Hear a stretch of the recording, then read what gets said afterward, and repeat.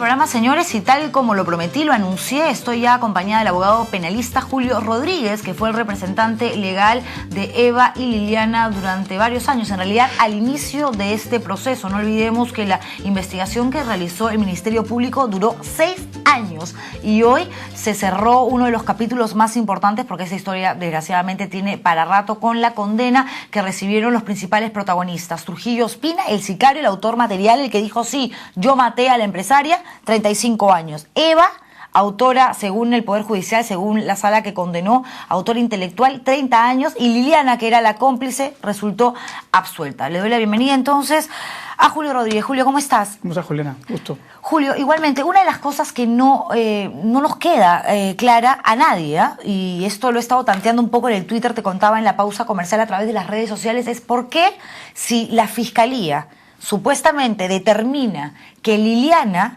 era el nexo entre Eva y el sicario, entonces Liliana es absuelta, porque por lógica entonces Eva también debió ser absuelta, ya que no existe manera de demostrar cómo le pagó, cómo contactó, cómo hizo para acercarse a la persona que mató a su madre.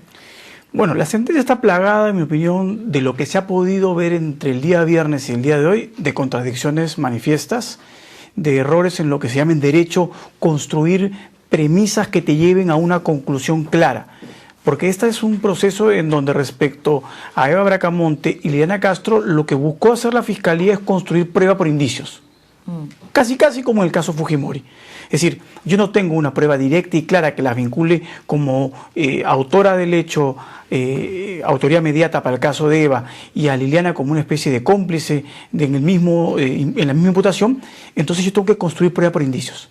Tendría que unir todos los indicios y que todos apunten a un mismo objetivo. Ellas sean responsables del hecho. Pero tengo una serie de huecos y fisuras tan grandes que este caso resulta terriblemente endeble en cuanto a la condenatoria que hoy día ha sido objeto de lectura. Una de las piezas fundamentales en el proceso de investigación para el Ministerio Público, además esto lo sabe todo el mundo, es lo que dijo la suegra de Ospina. Y durante todo este tiempo la gente decía, claro, es la suegra la que con su testimonio le ha dado fuerza al Ministerio Público para que tengan la seguridad de decir sí, vamos a pedir tantos años de cárcel para estas dos señoritas que definitivamente son las autoras intelectuales. Sin embargo, hace muy poco tiempo esta suegra aparece en medios de comunicación, porque fuimos los periodistas que nos hemos movido y hubo un grupo que logró contactarla, que salió a decir, a mí nunca me llamaron, yo nunca dije nada, yo acá no tengo nada que ver. Eso ya de hecho no sirve para, digamos, lograr que dé un paso atrás en la Fiscalía, pero el Poder Judicial pudo haber hecho algo ya que tenía el expediente en sus manos y tenía que condenar. Bueno, pudo haberse tratado de incluir una nueva prueba que no había sido objeto antes de reconocimiento y de identificación, y ello podría haber sido utilizado evidentemente para contrastar aquella primera versión que señalaba que fue la suegra la que acabó diciendo que le habían contado que él había sido el que mató a esta empresaria en el Perú. Ahora, el caso está plagado de incoherencias, como tú ya lo has dicho, y que además son evidentes respecto al solo vínculo con el sicario. Es decir, tú construyes un indicio que te permita llevar a cabo una hipótesis que establezca que él fue contratado. No existe nada.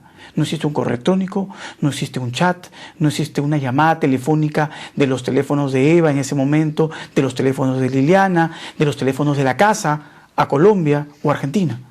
No existe nada. Bueno, ¿Cómo Eva construyes la hipótesis? Ok, pero Eva estaba en la casa y de eso se agarra la sala y de eso, digamos, también se cogió la Fiscalía para determinar la responsabilidad de Eva, porque el tribunal determinó, y te lo leo textualmente, Eva cometió el delito de parricidio actuando con premeditación para planear la muerte de su madre, quebrantando la seguridad de su vivienda y permitiendo que el sicario use la violencia física. Si bien en el tema de Trujillo Ospina, que supuestamente, como dije hace un rato, fue contactado por Liliana Castro, esto no está claro, a simple vista parece incoherente. En este punto las cosas podrían estar, digamos, un poco más transparentes, por decirlo de alguna manera, porque Eva estaba en la casa y porque alguien tuvo que callar al perro y alguien tuvo que abrirle la puerta al sicario. En la casa habían 4 personas más. ¿Por qué, Eva? ¿Qué elemento de prueba objetivo, racional e imparcial te establece que fue Eva? Ninguno. Porque la sala entiende que ese le pareció a ellos mejor. Bueno, está el testimonio de uno de los empleados que dice que él puso llave, puso tranca antes de irse a dormir. ¿Y quién dice que ese mismo empleado de repente no lo sacó? Entonces, porque, o sea, si yo establezco la cultura de la sospecha como un elemento de juicio, mi cultura de sospecha tendría que abarcar a todos los que estaban en la misma situación. ¿Por qué a una y no a los demás? eso te iba a preguntar, Julio. ¿Por qué, por ejemplo, Ariel, que es la persona que salió a acusar desde un principio, no desde un principio, porque hay que recordar y hacer memoria, cuando muere esta empresaria conocidísima, Miriam Pfeffer, y salen todos los periódicos, la exclusiva de la entrevista la obtuvo el programa Cuarto Poder de América Televisión y salieron los dos hermanos, Eva y Liliana, consternados, llorando, a decir que no sabían qué había sucedido. Luego, de pronto, se separan. Empieza el odio, empieza toda esta guerra mediática y Ariel empieza a atacar a su hermana. ¿Puedes recordarnos qué sucedió ahí? ¿Qué hizo que esta historia dé un giro tan radical para que Ariel se vuelva el principal acusador de su hermana? Según lo que declaró la misma Eva y lo declaró Liliana, la discusión estrictamente se circunscribió a un tema económico. No se ponían de acuerdo en cómo manejar la economía de la casa sobre la base de los ingresos que tenían en ese momento. Ya, entonces, si el móvil, por ejemplo, o lo que generó toda esta discusión, este problema, fue la plata, y que por lo tanto también pudo haber sido el móvil del asesinato, el dinero, ¿por qué no considerar a Ariel como sospechoso si, viendo las cosas fríamente, Ariel no tenía el acceso que sí tenía su hermana al tema plata? Porque Eva había recibido una herencia, al parecer era tan relajada que era su mamá la que manejaba la plata, y Ariel no. ¿Por qué Ariel no está dentro de la lista de sospechosos? ¿Por qué él no ha sido investigado? Bueno, por una sencilla razón, o sea, porque se construyó una hipótesis en un primer momento basada en una aparición en medios que inclinó la balanza de uno en contra del otro. Pero no existía otro elemento de juicio que permite establecer la diferencia entre uno y otro.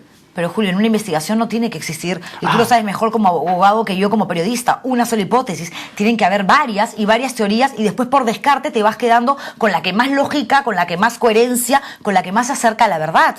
Pero es que eso no se ha hecho en este caso. Y lamentablemente no se hace en muchos casos. O sea, se utiliza la hipótesis más sencilla, sobre todo en un caso mediático.